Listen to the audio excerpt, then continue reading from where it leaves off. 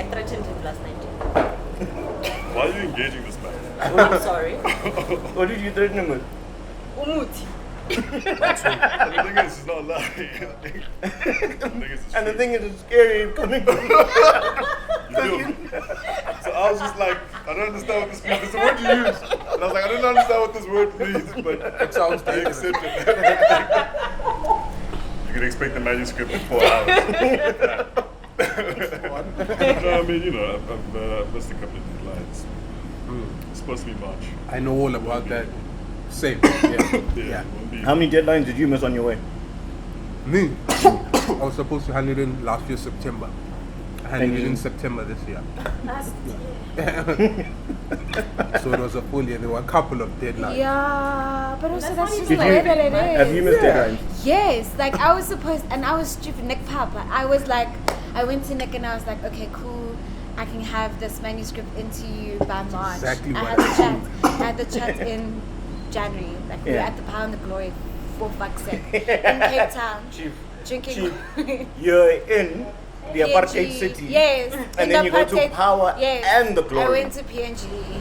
I don't love myself clearly. Were you singing De La Rey by word I for should word? have. I think I was like, I was somewhere subliminally like playing in the background. But I said, we met in January. I said, I can have it to you by March. And he's like, that's not something that's necessary. Like that's okay. Like you can take more time. Huge, but You're like, no, no. I was like, cool. I can do it. Whatever. It's fine. March comes around. April, May, June, July, August, Something stuck in my throat. It's September, not COVID. October, November. I was like, here's the first draft. How's He's that like, together? welcome. that sounds about right. Yeah. Yeah, that's how it happens. Writers suck as a rule. Like we suck. No, like Suck. that. I know, like it. You don't have to say that. Why I can understand why. Like it's a very gotta handle it very carefully. Nigga, I use Grammarly for emails even, dog. I'm just that lazy because I know I will just write and then send off. Like I really don't give a fuck. Speaking of weird things on the internet, do you guys know that there's a thing that lets you check if someone has read your email? What? Yeah, there is. Yeah, and so it lets you know. That's It's really small. That's really weird, right? Finally. Yeah. It's really weird. You just I'm like tired. a red notification. I'm so tired of not having blue ticks. Tired of these people. They can't even say receipt. Yeah, I'm those ones. That's My dad's friend put me onto game with that one. All I send is noted with much appreciation. Yes, that's it. received with And thanks. yo, no, with thanks, I hate that shit, bro. It feels so passive aggressive. I love it. It's like, okay, For me, it's like people that. Dad, and can I'm- you at least spell it out? I'm this person as well, but that sign off best and best nothing. It's just best. No, best Like what? best is Dad? cool. I think best is cool. Gang, That's what I ew. was asking. But regards, it's not regards. regards. Best regards. Best kind regards. Just best. Kind regards, yes, Best bro. I like kind regards. I all the love time. it. Dog, you might as well I spit in love my a kind face. regards. Kind regards. I do I love kind it. Best regards. wishes. But I'm I a feel like slut I'm for a wearing best I must when I wishes. say best. kind regards. No, but at best, I just feel like Best. I say take care. Erohosh at least. No, you never said take. You know the ones that say thanks, like that. Stop Whatever saying. they're asking you, you're gonna do because they said thanks already. Thanks. It's like as previously expressed. As per my last email. I don't know Say I don't know if you remember receiving the mail that I sent you, but I did send you a mail. If you Emails are remember, passive aggressive. They are. Please see below. but if you Aforementioned. As stated below. 2-2 full time. Yeah. Okay. But I can't figure Okay. out most of the time is please find attached, please find the attached. Here's the fucking attachment. Yeah. I say please And this find is an attached. invoice, and I'm like, Bola. There's the invoice. What I the enjoy invoice. is when you say as per my attachment you send and then Google says, are you sure? Yeah. Are you Say, sure? "Are you sure?" 'Cause that thing has saved me so Yeah. much right now, I dog. love- You have a No, I'm a dropout. a But I was laughing at the joke. She's just like, oh my god, he can't read. He's so stupid. Can't even finish a degree. What's 360, dog? It's all around you. Sorry.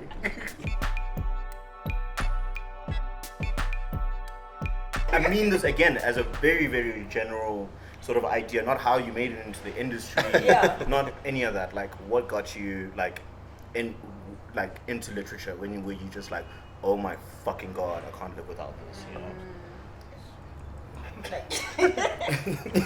It sounds so romantic, but my mother signed me up to the Sammy Marks library when I was 6. That's awesome.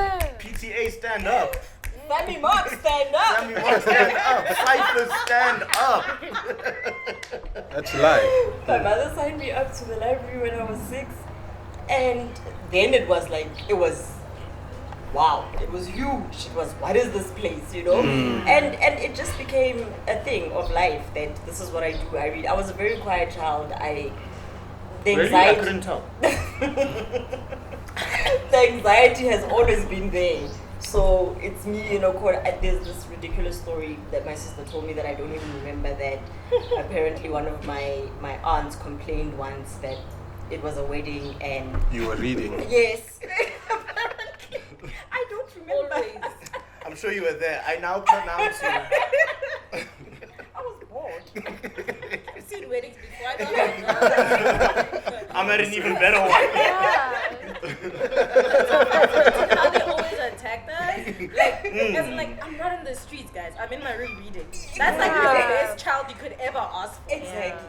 No, Yeah, apparently so not. I was that kid, and I don't know, my life just went that way. I mean, after I wanted to study medicine at some point, then maths did a thing on me. Hey, maths. Maths was like, I am. 1+1. Then a friend was like, but you're always talking about how you're going to decorate your house. And I was like, yeah, I'm going to study interior design. And then I did. And then afterwards I was like, yeah, but networking means I need to talk to people. And I can't talk to people. I don't like that. Then I ended up in a bookstore. And It just yeah, happened. It The just dream. kept rolling on and on and on. That's you so know, then cool. ended up Honestly, in a the dream. bookstore. I'm on ended up in a Gesibati, and the rest is history. Yeah, I ended up in a bookstore, ended up at a publisher's in marketing, which I sucked at, but I was like, as long as I can get you were in. reading. Yeah, I was like, if I can get in. Still. Unfortunately, You're reading Rich Dad Poor Dad. I low-key that I feel like that's how we got into her. Low-key. yes. Yeah, and you know, I was very deliberate. I was like, Andrea, do you need someone to read a manuscript just in jail for fun, you know? Oh wow, that's so cool. And yeah, I carried on doing that, and then eventually I was like, okay, like I really suck at marketing. Like I really, really suck at marketing. What did Andrea say when you said Yeah. Yeah, in that she- moment? No, she was just like, of course, you know, the more eyes, the better. Because what I like about Pen, I must say, is that when the submissions, they pass them around to everyone. It's not just like Oh, cool. only editorial gets to read Oh, it. They that's want to hear great. everyone's opinion. So you had Pan McMillan. I was. Okay. And then I was in marketing. learned And then I long quit, ago. and I was like, okay, I'm going to do this editing thing.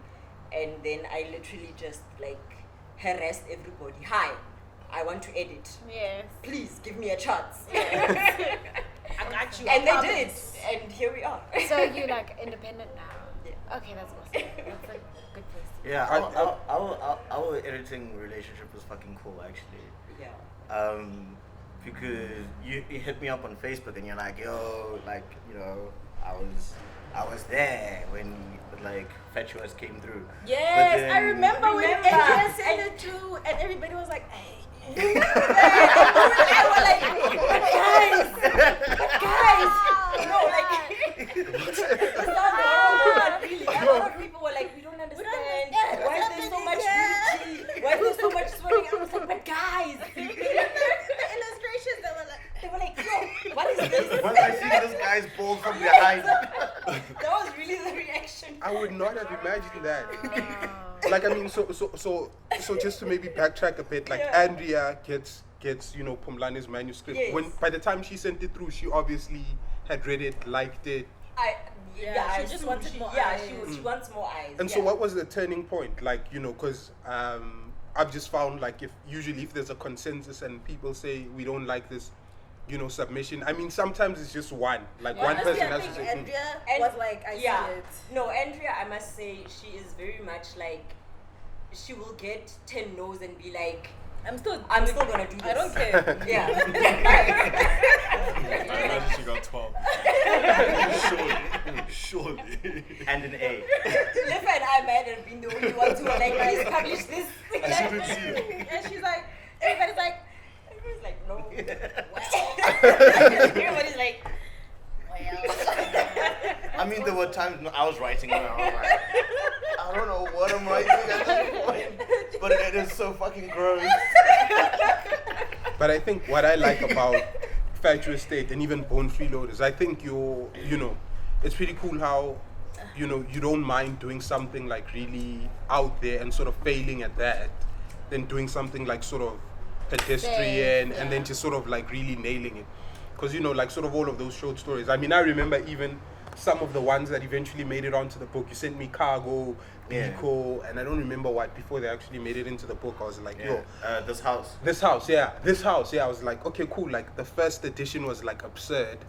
I didn't think it could get any more, like absurd. Any weirder somehow, any weirder, and it did. So that's Phumlani's brand.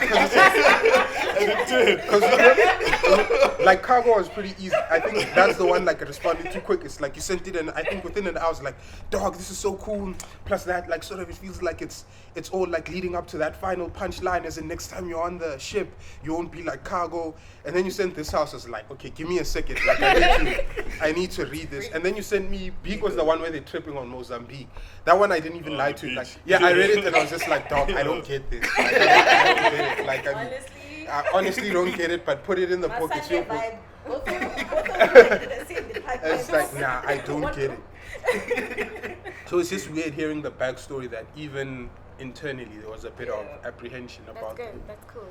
It's weird because I think I had it it was definitely the library for me as well. I grew up in the East Rand, so like Benoni Library was We commiserate. it.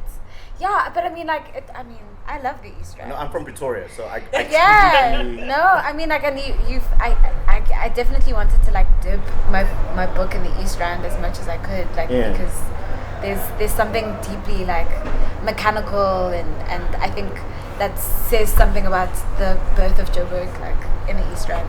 I think that you get to see Joburg's beginnings in the mine dumps and like you see it or feel it a lot more like back there, but literature has always just been a thing.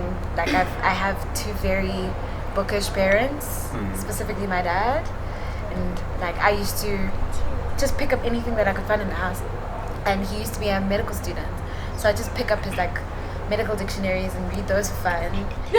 Yeah, and they were fun. I don't know how to pronounce this, so I'm gonna say it in English because I also had. My dad is very bookish, but my mom isn't. But she's always advocated for reading. She says she doesn't have the patience, and I've seen it. She doesn't have the patience for reading. She was a magazine gal, but she instilled reading in all of us, which is very weird because when you like all magazines the are words, bro. I know, but like when you chat to people that like are readers, they've always had parents that were readers. I've never seen my mom with a book except if it's a cookbook or the Bible. Literally, I've never seen her. Outside of that, the books don't exist, right? But she signed me because of I guess I have to give a shout out to the magazine because the magazine sort of guided her to a club, Leisure Books. So I got signed up to Leisure Books. And that's basically how I got into reading. I actually can't remember the first time I started reading because it's just been such a part of my life for so long. There's no point where I can be like, I can pinpoint that I get no there. That was the first book. Yeah, but she introduced me through that way. It was subscription kind of. I don't know if you know. Do you know Leisure Books?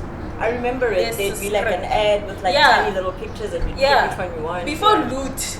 Damn, that's crazy. Yeah. That's so I cool. did not know This that. is like Apple Music before they subscription for books. Before Loot and Take a Lot could walk. It was this is different books that did the things, and they would like send you a catalog, and then you'd be like, okay, I want this and this and this, and they would send it through the post. And my mom always said that because I was in boarding school, she said whenever I came home and I didn't find a package, I didn't talk to her, even though it wasn't her fault. So the whole weekend I'm like, you don't exist. Where's my box? Maybe I should actually start by saying I'm not the writer in the family, right? My sister actually is. My sisters read a whole lot, and a lot of the time I would inherit their books, right? Like anything from Goosebumps to the stuff that Shout I out wrote.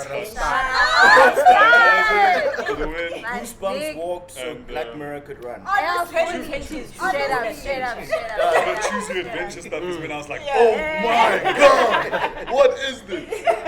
But I inherited all, like most books from my sisters, which I think happens quite a lot, except the Sweet Valley. So, Yeah. Why not? I mean, I have I read Archie. I was like, Mom. Come on now. But yeah, there were periods. My mom actually used to read a lot, and my sister was the first writer in our family. And I think it's weird that I'll be published before she is. But there were times, there were like these extended periods where we wouldn't go to school, for one reason or another, buy the book, like Ralph would say. And books became an escape, It was a good place to just sort of introduce new sounds and new feelings, and introduce new textures, outside of what I was sort of living at the time. So it was that, and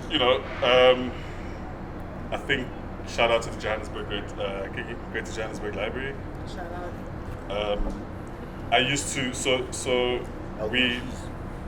I remember it was about 2003 when I fell in love with the Star. Right, the Star newspaper. I just couldn't believe that there were these accounts of what's happening in the world sort of arriving in my lounge. I remember my mom going, "Oh, you think that's cool? Let's go to the library." And yeah, so we used to move around a lot as kids, and so I owe the Greater Johannesburg Library a lot of money, a lot of books, but yeah, that was kind of where it started. It was a place. It was escape, It was and from there, I suppose it just kind of grew.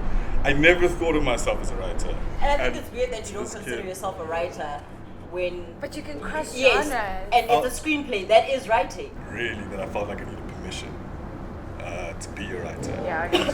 It felt like I needed, I don't know, I felt like I needed someone to come and But now, you now have the right. I think it's the same pretty much as everyone else. Like my dad. So there was always stuff to read around the house. Like initially it was sort of like Millen Boon's novels, like romance, like stuff like that. But there was always something to read around the house. Black kids really live the same life. Hey, dude, yeah. All of us. Yeah. In the house. Dog. But the one thing was newspapers, and I think that is eventually how I became a journalist. Because essentially, my dad would, let's say, buy if he bought the Star, and I think that's why I became arts and culture specifically. He'd come with the Star, and first he'd like take out Tonight, the arts and culture supplement. If he bought Mail and Guardian, he'd take out Friday. If it was Sunday Times, he'd take out the arts and culture supplement and sort of give that. And so you read that while I read the rest of the paper first. So there was always something to read, but it was essentially mostly the arts and culture, section. But we also had a computer, like when desktops was still a thing. Like, you know what I mean? Pentium 4. Yeah, like I think it was a 2 or 3. Like it got to 4 when we were like grade 9 or something. But because essentially, like, this is where my dad would do his dockets and his cases. Is like, nah, you don't play games on this thing. You don't do in. And I'm like, okay, what I'm allowed to do is like, yeah, I can use Microsoft Word. It's like, okay.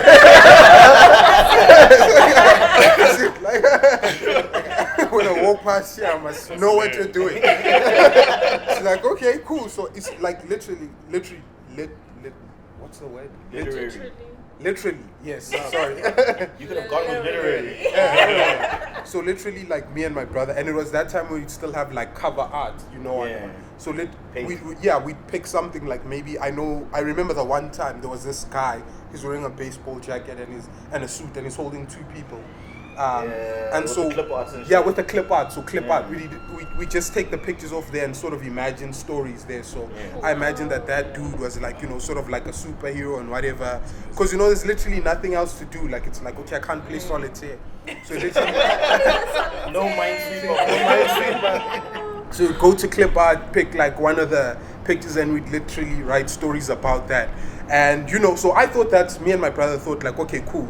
And also, you go to an English school and your parents are like, no, but I took you to school so you could learn English. So if you came back in primary school with like an 80, you know, it wasn't a big deal. It was like, well, of course, like I took you to an English school so you could speak English, like, you know. The turning point came in grade 8. I remember it was still like the first essay, like it was me and my twin brother. So you had to write a journey to the center of the earth. And then, so me and my brother submit. And then when it comes back, like our teacher, Miss Steele, is like, she's like, okay, cool, could the twins please read their stories?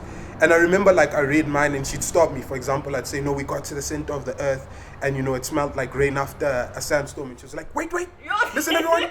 Like, did you hear that? Yeah, she was like, did you hear that? Like that guy, because everyone knows what that smell is. He's showing us, he's not telling. And I think, but you know what I mean? I'd never thought, but for me it was the wildest thing ever because it was just like, doesn't everyone write like this? So me and my brother go back to my dad and we're like, okay, cool.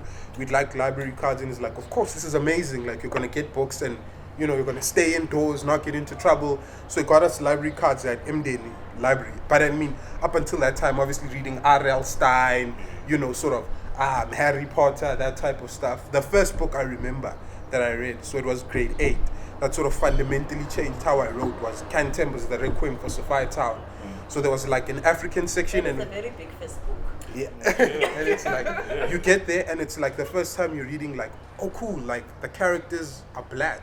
I didn't know I was allowed to do that. Like as a kid, it's the first time you're like, we're allowed to do Also, this. South African It's South African black. It's like Sophia Town. It's like, I know where it is. It's talking about the train station in Naledi. And I was like literally blown away. So like he said like, sorry to him in library, like I owe you a copy. Like it's like literally, I just like, it eventually got lost. I had to buy another one. But it was the first time in my life I ever saw like a story, one situated in South Africa. Two, it's like, oh, we're allowed to do this. You know what I mean? And I think that's when I started taking writing seriously. In my case, it was a thing where the library said, there's a book you didn't return, blah, blah, blah. You know, I think I was like 10 years old. And I knew the library so well at that point. I was like, okay, I'm going to go find that book that you said I didn't return. And I went and found it and I was like, here's the book that you said I didn't return. How do I you know where it is. Then they did it again. And then they banned me from the library. And back then, like, we couldn't afford books. And, you know, there was no illegal downloading of books or anything. But what my sister and her fellow students would do is, like, they would literally take a book, photocopy the whole thing. And take it home. It's in just a game. And that is how I got to read So Long or Later, Beloved. Oh my gosh. Osman Sembane, you know, all of that at age 10. Not understanding much. Beloved was a ghost story, but then Beloved for me became a book that I revisited over and over and over the years. And to this day, every single time I discover something new. Sure. And I'm like, this book. Still. My love. I don't know. I remember the first time I wrote, like I remember like starting to write was like at 7. It was always an escape for me. It was something that was like inexpensive. You didn't need anyone else. You didn't need to do anything. You could just literally imagine. And I had a little brother, so we were always just like fucking like playing around with our imaginations.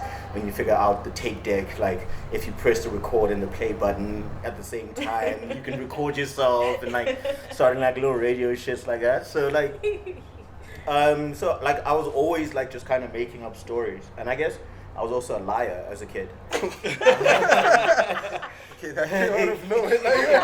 Honestly.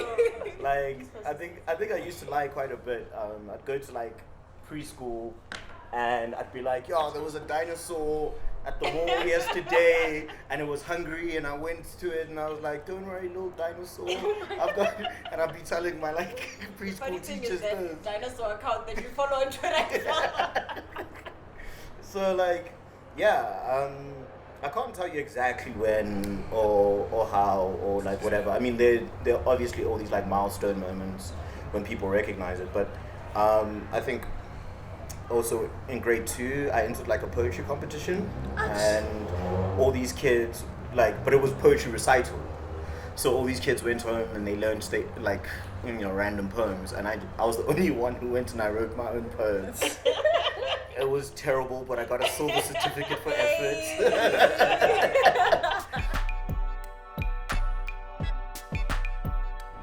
Is it a tough ride or no? This is my first, so it's been tough. That's hectic. For me, but Also to like dip back. it's very difficult because I don't have a basic present here. Yeah, Jesus. To dip back. Yeah, like I mean, like especially in such a. I mean, because I write trauma, but for me it was very difficult to kind of go revisit and then look at that analytically, like, and then even creatively, and try to think about putting it on the page and how it shows up on the page and how I show up on the page. Am I being fair to the people that I'm representing? Ooh, I don't know about memoirs here. Like I'm very scared. You said something interesting about trauma once, like that I really enjoyed when we were at UJ last year. Oh yeah. At Jayas, when you said, writing or exploring trauma without reproducing it. Yes, it was about violence, and I got that from Gabrielle Goliath, where she says that a way of representing trauma without reproducing violence. Yeah. Which is the tightrope. It's a crazy tightrope. Yeah. I like. Fuck. It is, man. I think I definitely ask myself a lot of those kinds of questions. I think it's been 4 years now, approaching 5. It's fresh. Yeah. But I've also had like a long time, so I've got I walked out of there with a lot of notes. Right. While I was there, I knew that I wanted to do it.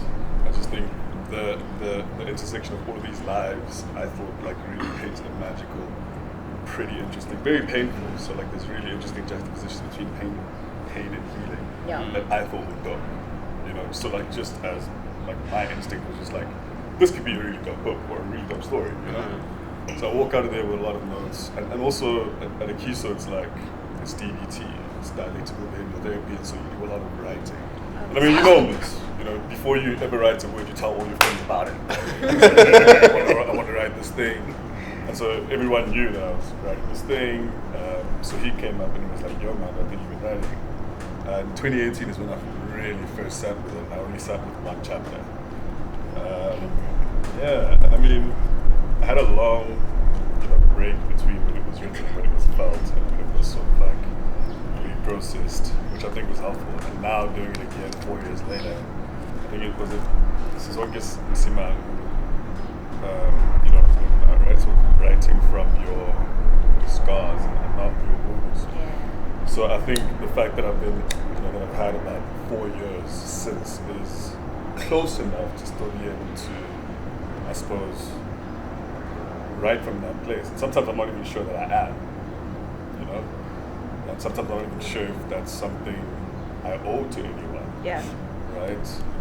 There's just so many things so many like internal conflicts, but I think I'm close enough to it to be able to represent it well, but distant enough from it not to sort of like just get on a page and expect people to pay 239 rands for it. Yeah. You know what I mean? Or like just, you know what I mean? Like, Because you've already priced it this fucking Hey. 259. Are you 240? Not around it. Yeah. And then you're editing. So what, like, I'm sorry if this is already like shop talk and I'm already inside of like shit, but like, what, I imagine the kind of challenges in approaching a manuscript of this kind of, like how, firstly, I think we don't really ask a lot of editors about how they protect themselves, like, in that space. So like, that's my first question. And then also, how are you gonna even approach, like, or like, what's your philosophy on like, editing. Yeah, Such gotcha. fucking- What is the philosophy of my memoir? Petty Kuti, Baba. Protection ritual. No, it is very difficult. I mean, like there's editing fiction, for example, which is it's not necessarily easier, but you know what you're looking for. You know you gotta look at the plot, those kind of things. With memoir, especially the Savvy's memoir, I would say there's a lot of painful stuff there, and we're friends. We've talked about a lot of things, but there's still things that I read there that I didn't know about him, and I'm like, shit, you know. And then it's like, am I approaching this now as his editor or his friend? Yeah. You know, I think that's the difficulty. It's a blurry boundary, right? Yeah, like there's gotta be a balance there where I'm gonna be like, we don't need this, or we do.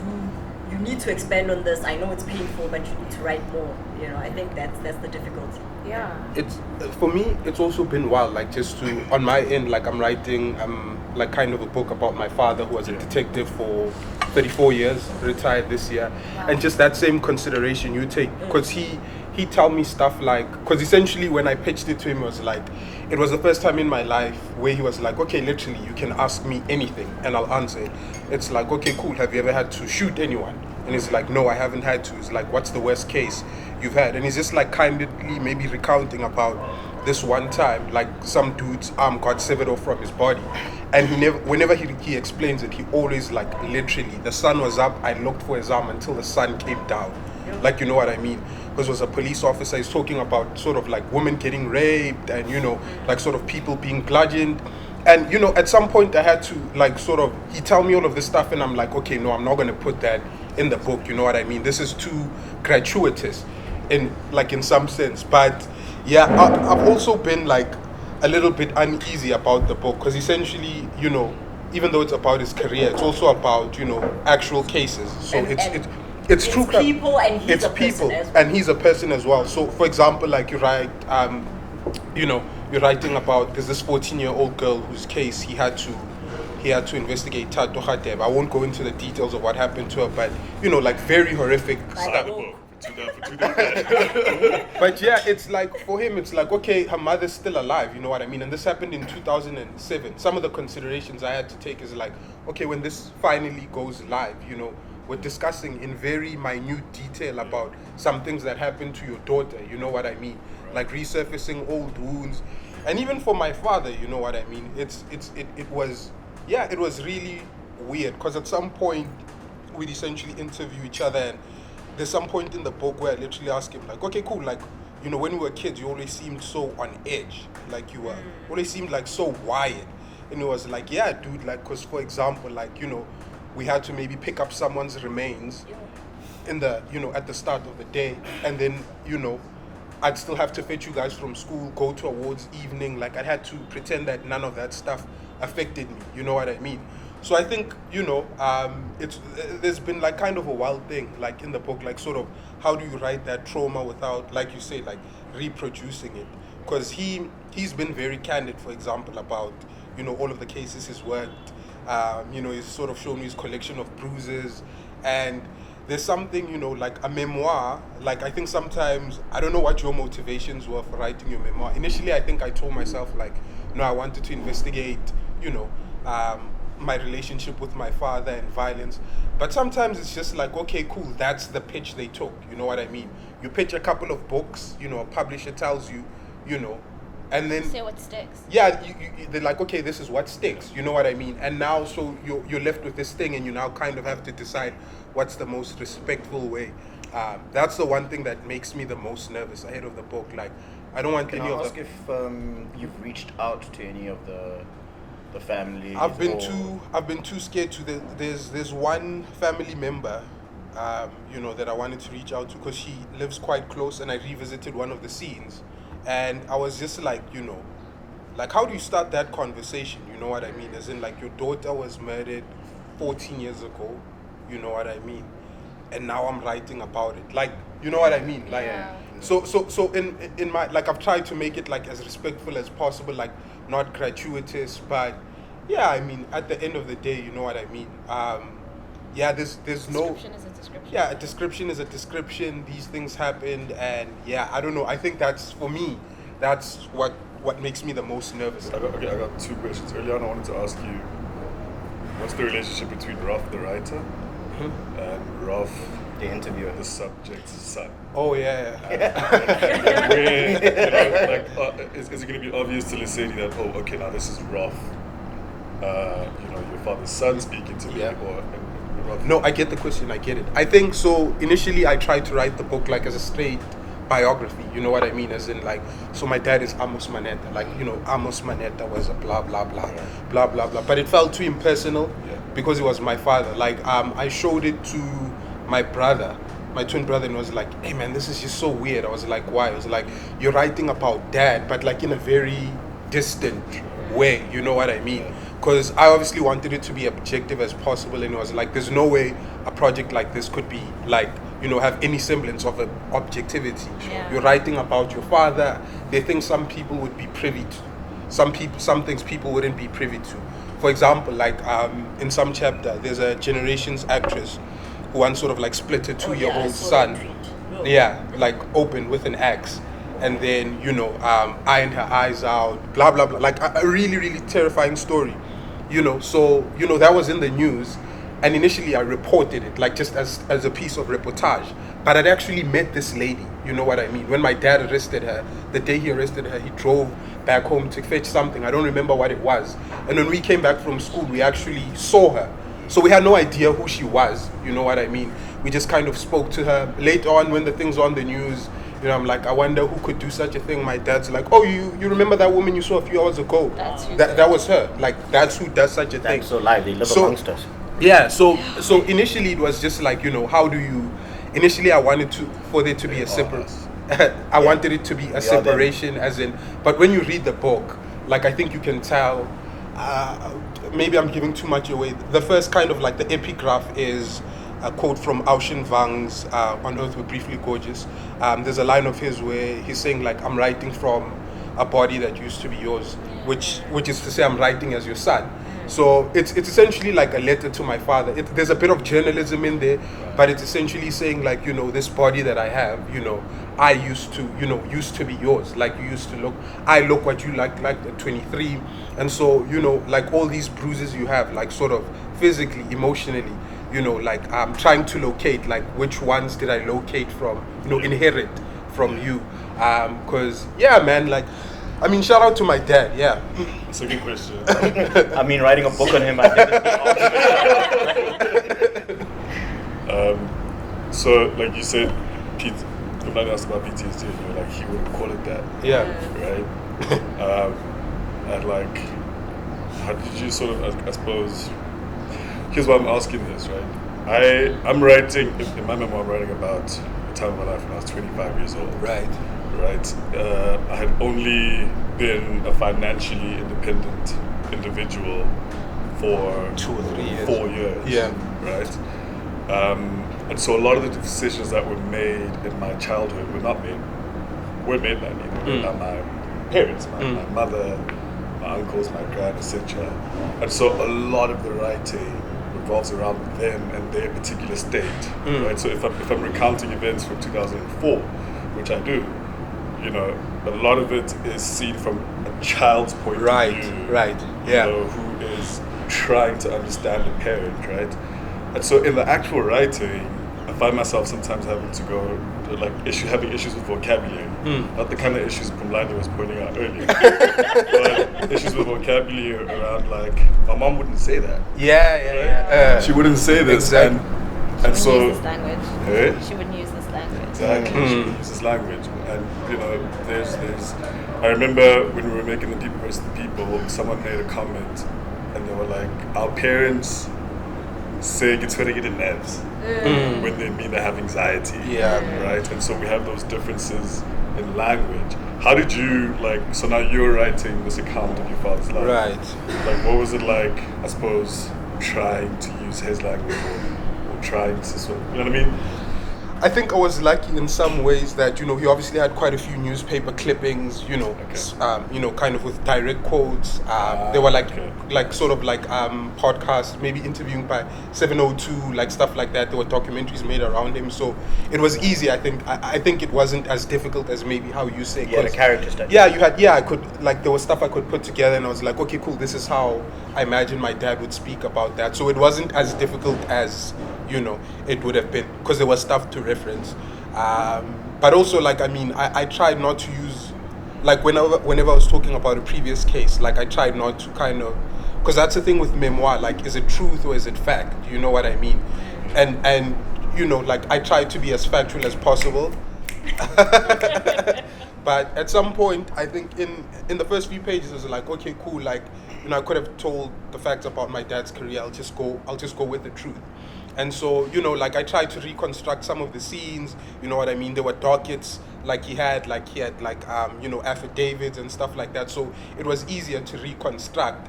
And, some of it is just like remembered history. Like, why did you tell that guy when you arrested him? And he says it, and you just kind of, you try to corroborate it in some way. Like, okay, cool. Like, you mentioned something of that, nature in a docket. But I think that's the biggest problem I have with memoir. Like, I was trying my best, even though, like, I was trying my best to make it as factual as possible. But, when you're recounting a scene, you weren't, I wasn't there for any of the scenes he was at. I'm just kind of taking him at his word that that's actually what you said. That's how that guy responded. You know what I mean? Yeah. I know you write from a place of biography as well. But like, I think from a deep place of biography. So, yeah. I actually want to ask that question: truth or fact? So like, I maybe it's because I've been reading comic books for longer than like I care to say, right?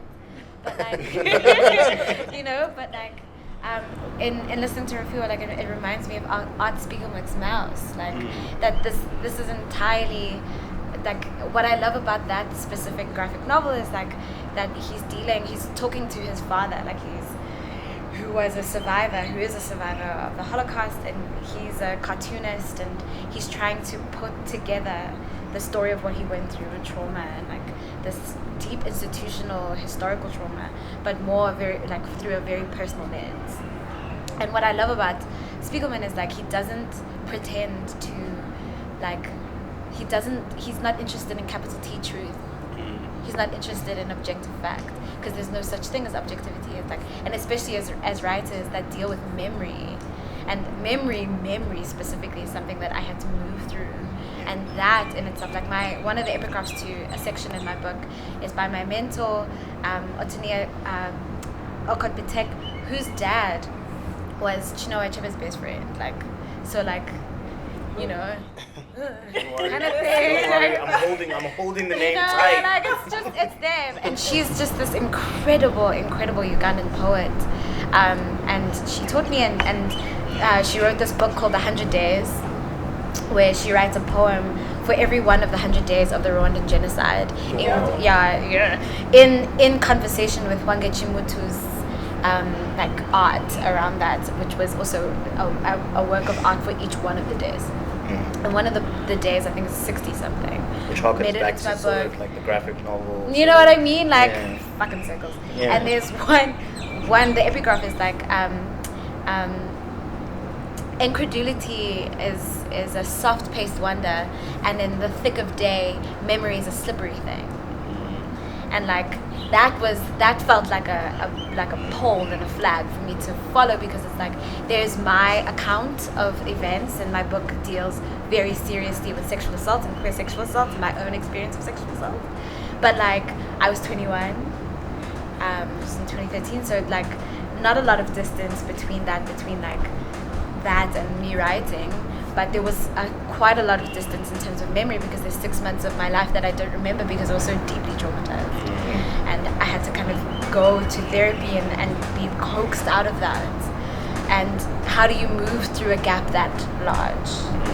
When that gap is also quite instrumental to your healing, but not in a sexy way, and not in a romantic way, and not in a woo-woo feminist way. Yeah. So then you're trying to piece it together with like your words and your memory, but like exactly. And what I love do you end up writing around it and then finding it? No. So like the first time that I tried to write about my sexual assault was in non-fiction as an essay, like long form essay for Bitch, and that was cool. Like How long it was was great. It was like. It wasn't even that long form, so it was 1,800 words. And what was beautiful was I was working with 5 editors, so it was just like very intense, very like. That's crazy. 5 editors but for non-fiction, 1,800 words. yeah, but also for an international feminist publication, okay. which was independent and like non-profit and all of these like deeply anti-authoritarian ways of moving, like guerrilla ways of moving, which is really cool. And I felt quite held in that by having editors that were constantly touching the work. Yeah. And I felt like also because they were important and I was here, that I needed to be like held through that bullshit. But like non-fiction has its own parameters and has its own rules and has its own like, they're strict, but you can move inside of it. Now we have this entire new genre of creative non-fiction. So we can do cute things in CNF, right? Yeah. That's how I feel when I write. Yeah. A3 and more. Yes. And I love that. But then poetry gave me an avenue to like gut truth like a fish. Yeah. And to do it well. And to do it and have absolutely I didn't have to explain myself as centering my own story. Like I had to, and also I didn't have to ask for permission to say fuck you to my abuser. Like I could do it in these wildly creative ways, but also very subtle, and the way that I write is like very wordy and dense and theory and intertextual and whatever, but it's still there. It's still a giant fuck you. Yeah. Leffa, what do you solve? Truth or fact? like, and also coming from like two publishers crossing over. I think it's truth. Like what Munewa said, I don't believe that there's any objectivity. Even if you try, already the minute you decide to write a story, you've already decided on not necessarily a side, but whose story you're telling and from what perspective you're coming. So that already in its nature is subjective. So I'm telling truth. It's sprinkled with facts, obviously. I mean, if we have to talk about history, then there's like. Is it pepper or salt? Pepper. Spice. What project I don't know, like challenged you in that specific way? Like I am in the publishing industry, but I'm not in the publishing department, if that makes sense. So I'm in the sales department. So there we are. But you've still got to make a story. Yeah. True. You need to sell the story to the bookstore. That is absolutely true. So what do you get there saying? Hey guys, look at these peppercorns of facts sprinkled with truth. It's a donut, can't you see? The selling of a book is a very interesting sort of field. It's not like you sell based off certain figures and you sell based off certain seasons. Yeah. So if there's a whole like movement of now we're writing about sort of climate change, that's what I'll push through. I love what you did with the seasons there. So, and that's necessarily what it is. It's just kind of trying to find something that I know other people will want to read, but I will say that you're pushing this. There was actually a Kendrick Lamar sort of, it wasn't an autobiography because the guy was writing on his music, so it was, we termed it a music biography because essentially that's what it was. Yeah. No, they termed it a culture biography, but when I sold it in, I said it was a music biography because he was writing about To Pimp a Butterfly actually. Oh, Marcus J. Moore. Sorry? Is it Marcus J. Moore? Yes. But So you see, that's where we get interesting with words, right? Because you have to sell it like in a South African context. You'd have to sell it as a music biography because no one would understand saying a cultural biography. Yeah, exactly. So when I was selling that in, I literally wanted to sell thousands of that book, but I understand because I'm selling it during COVID and I'm selling on Kendrick Lamar when bios by Elton John, bios by Dolly Parton are coming, Alicia Keys are coming out, and it's like. Did you consider an influencer like Melusi Kikaba for it? Because we're gonna be right. Yes, as the urban poet says, we're gonna be right. I mean, unfortunately, I'm not in publicity, so technically, I can't be like, yo guys, you need to give this to certain people and like that. And I think there's certain books that get lost because obviously we're churning out a lot of books. The big books come out, and you know the whole chat of, because you know the industry here is so small that writers, you guys are moonlighting basically. You can't make a full career of writing. Right. So then the books that do sell, and because we understand who's buying the books, but also I don't like that chat. But I'm just gonna say for now. We'll call it market share for now. Yes, who's buying the books? Yeah. So we know that Elton John will sell 500.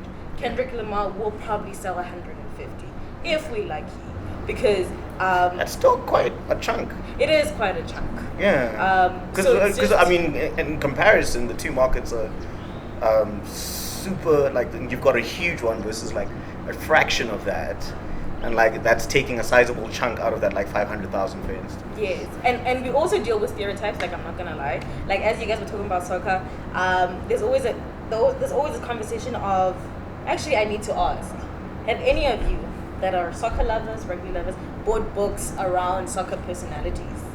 Yeah. Okay, then it's not a stereotype. Never mind. I'm saying I have. Oh, you have. Yeah, the Tikomedi is a joint. Oh, okay, cool. Yeah. Because that's always the conversation. Yeah.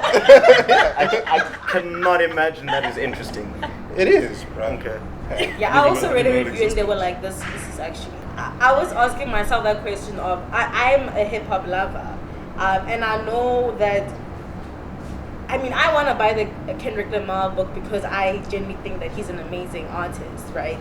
And because of the way it's gonna be written. Yeah. But I was asking my friends that love Kendrick Lamar, that were listening to them, would they buy this book? And I didn't hesitate saying no. So then you kind of have to navigate those things where you have to convince essentially a white gatekeeper that you need to get this book. But you're hoping that two black people are gonna come in there and buy those 2 copies. Yeah. And it's like, it's hard to navigate that. And that's the game. But that's the game, though, right? What were you gonna say? During my time at a very big bookstore chain, We will not Okay. mention the by name. name, yes, and I managed a branch. Exclusively. That's not what I said. No, I said that you exclusively managed a brand. How? Really, why? Bloody, Go on, Katle, for like that. I hope Continue. I hope my books don't get pulled off the shelves. Now they're behind for wood books. Shit. Yeah, anyway, we had the same, well, not we, I had the same Exclusive. problem. Where, okay, a sales rep comes in, and like you're saying, there's gatekeepers, but the sales reps themselves are also gatekeepers when it's not a you, and it's a white sales rep Yeah. who knows that Dion Mayer's gonna sell 500 copies on day one, and then they come with the Kendrick Lamar and they're like, don't worry about this one, and they turn to the next page. Yeah. And I'm like, no, I wanna worry I wanna about see this one. this. You know, and then I have the same problem in the store itself with the staff, where you order something and they're like, why did you get this book? And I'm like, because I want us to sell it. And then I look That's at what we do, merchandising. right? Yes, I look at merchandising as well, and I'm like, take that book with the little black baby on the cover and put it in the window. And they're like, why? I'm like, because there's like a million other books with little white babies on the cover. That one is going to drown in the children's section. I want the black mom to walk in and see that one in the window first thing, and not turn around and be like, there's no books for black babies. Yes. You know, so the gatekeeping is like all the way throughout. Honestly, Yeah. it is. And I think, like, one thing that I do hate, and I kind of recognize that, you know, you kind of work in an industry that does a lot of import as opposed to exporting.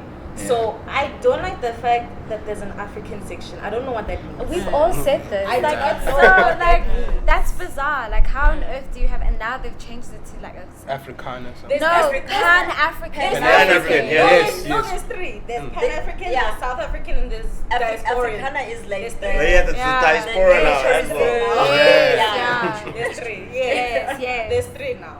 It's, So it's Pan-African? it's basically a petting South zoo, African? a zoo, and a game drive. I mean, like, I hear you even like on like Pan-African and stuff, and at least people can talk about that, and at least we have a touch point for that. How weird is it, like, to be gay and to walk into that particular like There's books nothing. and there's like a shelf. shelf. like, Oh, I half the shelf remember that. That's just this big, I and remember most that. of it is like a Elton John memoirs. What was it called? And magazines. Like, and then What would they label the it shelf? was it Gender was studies gay. sometimes? No, No, so it it was- was gay life and writing. Yeah. And then it Wow. was, which was bizarre. And the magazines would also have to Yes, be Yeah. yeah. And then it was like Gay life and writing. LGBTQ Yeah. plus situations, and like, which is the like cross that I'm probably gonna bear for the next 20 years, where it's like, what I think that we need is a dedicated imprint and a dedicated shop. Because I mean, I was very lucky to go to school in Canada, and it has one of the oldest bookstores in North America that's just gay and lesbian, you know, and it's called fantastic. Little Sisters. And on the East Coast, there's Naked Hearts and such. There's so many beautiful bookstores that are now, after this beautiful history, that are in danger, like even now because of the pandemic and such. But it's like, That makes sense, but that makes sense because then, like, but also, like, in terms of having these old, like, sort of institutions that also then give space to create Yeah. space, right? Yeah. So then there can be entire literary festivals Yes. that are Around purely around trans and dedicated. queer writing, because Yeah. people are saying things like, in the same way as Abantu had to be created because there was the myth that black people don't buy books and black people don't read, but then now there's this like persistent myth that there aren't queer writers and trans writers in this country, and there's nobody, and also that only queer and trans people read queer and trans writing, that straight people and cis people don't read or can't benefit from diverse literature, which is They definitely bullshit. So like, what's going on? I know this is gonna sound basic as fuck. Then it is. It's gonna sound basic as fuck, Can you but switch the cameras off in case this man embarrasses himself? Deadass. but that is such a weird like view to hold to me in terms of people not reading trans and queer writers. Yeah. Because, and again, this is gonna sound basic as fuck, but like Kesa Lodeka actually broke the mold in terms of like popularizing or giving access Yes. to sort of the like to newer narratives Yes. that were being underexplored before, Yes. and especially when it came to sexuality. Yes. And since then, like, you know, most of the books I read, at some point there is a crisis of sexuality, or you know, something to be explored within whatever gender spectrum exists on Yeah. that. So that's a very, very, it's But kind look of at what strange to me. happened to Silla. Look at what happened to Yeah. Silla. Like, it becomes extremely frustrating as well. Like in this like Basquiatization Yeah. of like pioneering writers where they die, you Yeah. know, and are neglected, and it's not necessarily a singular story. This is a story of black writers all over the country. Yeah. But like, it's just so.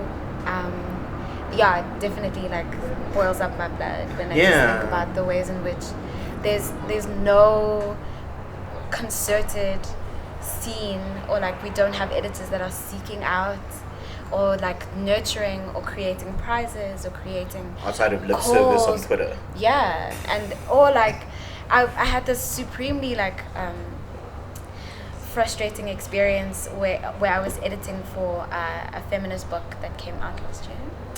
We won't say anything about it.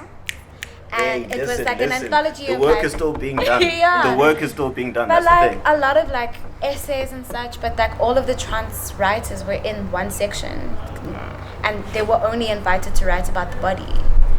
So like, sure, you're inviting and you're paying and you're giving space to trans writers, but like, You're still being in what being parameters? fetishized. Like you, and then it's always like a deep tokenization where you're like, okay, cool, we have one transgender woman, we have one agender person, we have a teenager, We have a We have all the etc. alphabets. etc. And then Yeah. in the other sections of the book, you're not protecting those writers in that particular section because you Right, have right. other writers that are like highly established white women that are writing about feminist stuff, but then are talking about Are trans you saying people. you edited J.K. Rowling, dog? I'm just saying, Like, I'm about this. you know. But like, you have people like turfy as fuck, like J.K. Rowling, that believe that they really are just, you know, sparking debate. And then in the same book that you have someone invalidating, misgendering, fetishizing, tokenizing trans people, but you have trans people in this. So like, how are you protecting the writers that are? So you're like, as a writer, as a baby writer, it's the first time that you've got an essay in this thing. You go to Exclusive Books or whatever, or you go to Love Books, or you go to Bridge Books, and you pick up this thing, and you start to read the rest of the essay, and everybody else in the book is discussing you like you're a science experiment. And the compilers of the essay and the editors of the essay, like of this particular anthology, have no ethics of care, and that makes me so mad. So I'm not saying this to spark debate or to be contrarian. Carry on. This is my editor. This is the person who I trust with my words.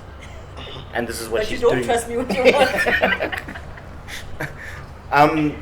Is that I think, you know, at that point, right, does the rage not then become useful? In terms of, like, you know, you've got that foot in the door, and now it's your turn to make sure that door doesn't shut. So you have to, no matter how hard, like, that foot is being banged on, like, that you try and make sure that there's at least one other motherfucker coming in behind you who's gonna open it just much more. But Phumlani, don't you think it's so cute that there's like very certain people that are asked to endure, and other people that just are allowed to write books, come through without those specific things, but all femmes, like women, queer and trans people, no, we must open the door, endure unbelievable amounts of abuse, and like to be triggered in order to what? And it's like the myth of the ceiling or like the floodgates or the tipping point is bullshit. No, for sure, it definitely is. I'm definitely not making or trying to make any excuse for it. It's just, you know, once you're between that rock and the hard place, it's just, I think it's also important to note your own importance and validate your own importance in that space. Deeply. So as you know, as fucked up as it is, you know, and I actually want to come to you after this, but as fucked up as it is, it's kind of, it's an important moment to recognize, and it's important to recognize your own work is what I'm trying to get to. Fully. Not to say that is what is expected of you to like take on that abuse. But that's the expectation. No, the expectation is there. Yes, that you must take on the abuse. Yeah. But also, like, one of my best pieces of advice by anyone was just like, your rage is a precious thing. Like, it's a resource. It's a deeply precious thing. It's a powerful thing, and not everybody deserves it. Whew. Yeah, I mean, shit, no one's gonna pick that up now. Like, we were talking about like people who are expected to like break through sort of boundaries or whatever. How did you experience that? Like, because you self-published initially. Yeah. I mean, we can both talk about self-publishing. Yeah, we could both talk. Also you. So I self-published after Phumlani, because Phumlani published his book in, I remember it was like October 2016. It was October 2016. Yeah, November 2016. I remember because I was gone. Oh no, and you that's called when me. he started writing his book. We spoke about it. it. Yeah, it was November 2016. You're right. So it was November 2016, and I'd had a collection of short stories I'd been writing for quite a bit. So initially when Phumlani, it was literally like kind of swimming in his slipstream. It was like, okay, cool, it can be done. You know what I mean? You can sort of. It looks like I'm high-fiving myself. I mean, okay, cool. Like, no, but I mean, it's just facts. I was like, okay, cool. Call me to myself. Okay, let me give you a high five.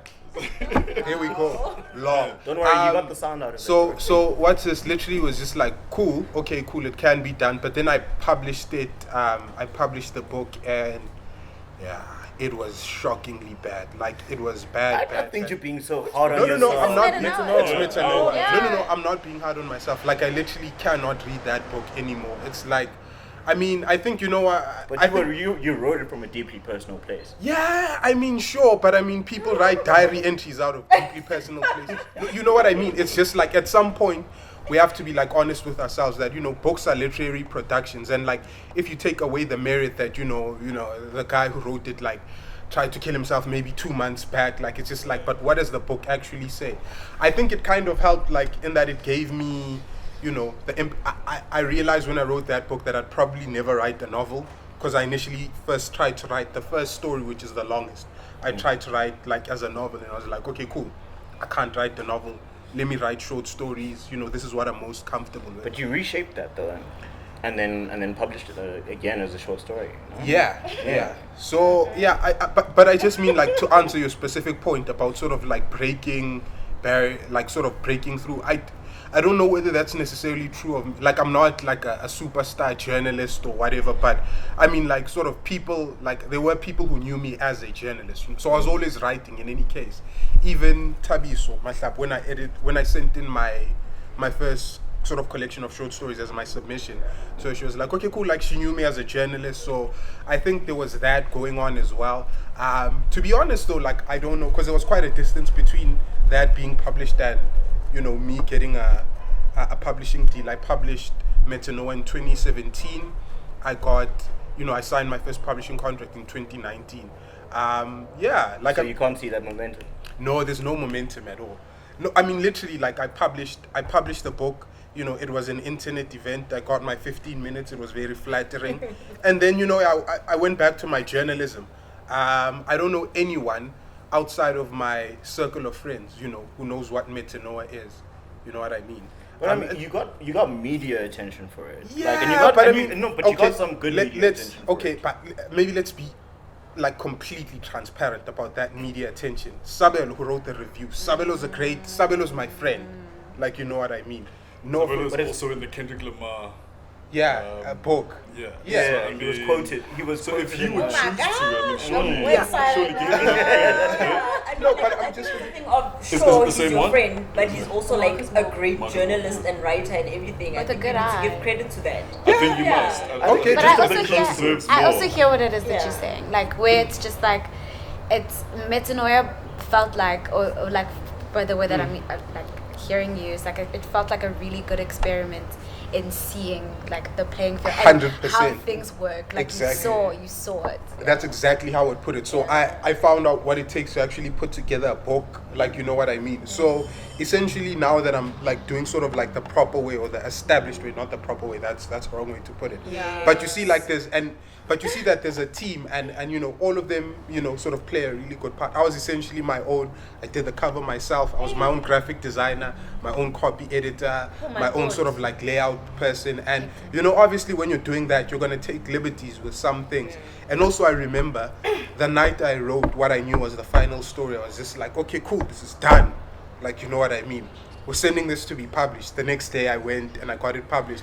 No sort of like spell Not even checking. an editor. Not at even least. like, I think I gave it the world's most half-assed edit. Like I read it a little bit and I was just like, no, we're Edit fine. your own work. So Sorry.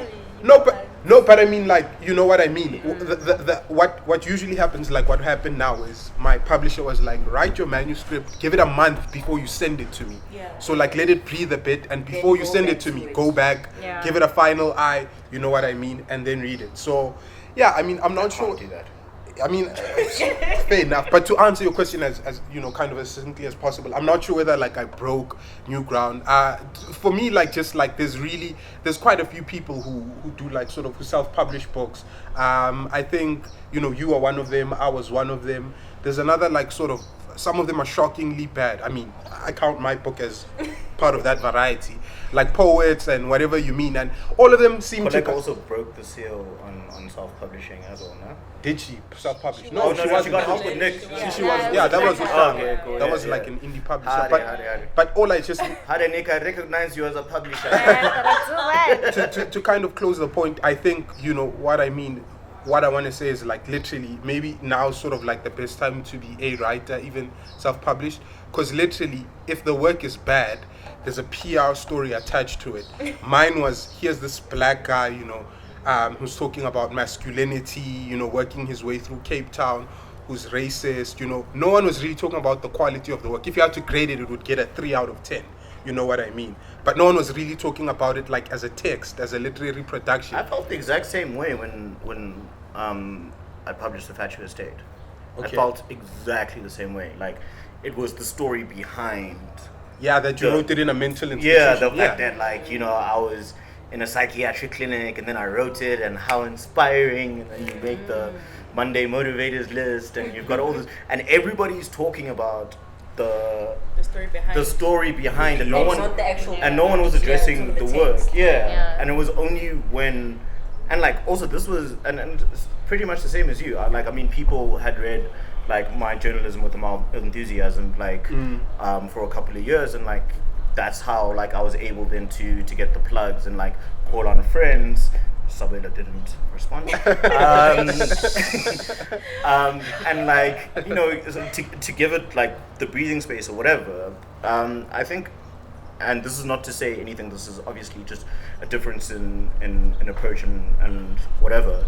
But I think for me, where I got my lucky break was the fact that I didn't let it fizzle, I didn't let it die. Like I like just continued banging on doors, as many doors as possible, and like whatever. And that's where I got my lucky break, and that people could then start appreciating the work itself. Right. Because I was just like forcing it into people's hands.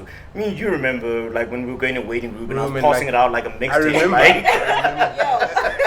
I was like, I see you dancing, but can you read, nigga? I think that's great, Phumlani. Like, and I mean, I think you've also been quite good at that. Like when you released it, there was like a short film, and then there was like other sort of stuff. Yeah. Like if you must remember, like this was in 2017. I think a month after I published the book, I realized I found out I was gonna be a father. So it was just Yeah, like, yeah. oh, okay, cool, Oh, yeah, fun's there was- over. there was Like the yeah, realization, yeah. fun's over. So it's just also, yeah, you know, And this is maybe not to hype myself up over you. No, definitely not. No, I'm just saying I difference I in get the approach. spirit. I get the spirit of the question. Yeah. I just think like if maybe sort of like maybe I'm going ahead of myself here. If you ask me like 2 years back whether I would have, like what I would have said to like Junior Rolf, like 2017 Rolf, like should you publish this thing or not, it was just like bruh, some things are just meant for the recycle bin. Like, you know what I mean? Like send it to the recycle bin. No, because I think like That's really being harsh. I think I wasted so much time on that. You know what I mean? I could have worked. You know, I think it helped in some respects that I found out like I'm not a fiction writer. Like I'm just like I just can't write fiction. I think what I should Nigga, have. you just had a fiction published this year in the lockdown extended collection. Yeah, and like- it was like one. No, like it but was I a fucking dope ass story. it should let me finish my point. I'm just like I think what Sorry, I'm mansplaining your career to yourself. I just think like yeah, the book was if it served any purpose, it was just like sort of proving what I think what I'm good at, and what I really enjoy doing is sort of that prose, like mixing prose with journalism a bit. That's what I enjoy doing the most, and even doing that with my father's book was immensely difficult. So yeah, I mean, I just think the book was useful in that sense. I'd never do that again. I'd never self-publish again. But yeah, it definitely had its advantages. Like it helped in some senses. I have a question, Jimmy. You're obviously speaking from hindsight now, Yeah. but what about at the time? What was the experience? What was the motivation for writing it? And Oh yeah, for like, at the time, 2017. 2017. Yeah, I'm- and I mean, what's Thanks, yeah. changed? You know, obviously, there must have been some enthusiasm. Yeah, there was quite a bit of enthusiasm at the time. So essentially I released the book because I finally had like enough work together. Like, you know what I mean? Like I had like 8 or 9 short stories, and I think all of them had been rejected in some or other part. So the first short story was like pitched as a novel, that was rejected, and then there were others that were pitched independently as short stories, and then I just figured like, okay, cool, like I could quite reasonably like build up an audience like and put these out. So it was essentially like I self-published out of necessity. To build an audience. Yeah, just to kind of build an audience. But yeah, I don't know with Phumlani, like yours sort of went another way. Like you kind of reached the pinnacle, as it were. You eventually got like a publishing deal. What I found is like the book was literally being bought by all of my friends. You know what I mean? So was literally like, okay, cool, like a friend's friend, you know, someone I knew on Twitter. And then like that was Because I was in the club, nigga. Just like, okay. But that also Dance like to just this, kind pal. of it just defeated the purpose. It was like, okay, cool, this isn't really reaching anyone I don't already know. So it just yeah. May I ask a general question to the table? What got you? I'm gonna come here because you've been quiet as fuck. She has not. Because I don't write. I'm You gonna do pull up actually. your tweet. Do you want me to pull up that tweet? All these receipts. Chief, Too bad. do you know what tweeting is? No, it's she writing, writes. dog. It's writing in short bursts. Yeah. No, but you write. Like, I mean, I know it's sort of like a writerly thing to say, like, that thing was terrible. I'm a terrible writer. No, you write. After dog. you Like, just He said, says like, after 30 minutes. have you read the book? Because I'm listening to him and I'm just like, those submissions that you say were rejected, I have read them. and we were bleak at some of those fucking rejections. I was like, come on, dude. Like, Yeah, Black- like, I would like to also to the speak black on boys. The that- black boys who died in their sleep. Yeah. which- I mean, just listen to that goddamn that title. is the one that pisses me off when you say you can't write fiction. Had me intrigued. The title. Yeah. Oh no, it's a book. So it was. Don't worry, she's with Jonathan Ball, dog. I know. They do unauthorized biography. Put the biography, boy. No, Phumlani, that's a low one. No, Sorry, unsanctioned. it's about. Hey, Phumlani, yo. It's about. Whew, yeah. As for unsanctioned. Three dudes in a mental asylum. No, not asylum. A psychiatric hospital. Sorry. You know, and sort of like in different stages of recovery. Once had their like sort of a mother who ran away from them. The other sort of a drug addict who's disappointed their parents, and the other. She can't remember what the other's problem is. But the other one has So the other one is just another guy. he has a problem. Yeah, he has some sort of problem. But yeah, it's sort of using because it was based on a song by Flying Lotus, like the ones who died in their sleep, sort of using sleep as a metaphor for death. Yeah. Oh my god, it's already fire. I haven't read it, but yes. I mean, hello. I mean, okay. I mean, hello, sis. But we were asking Katlego.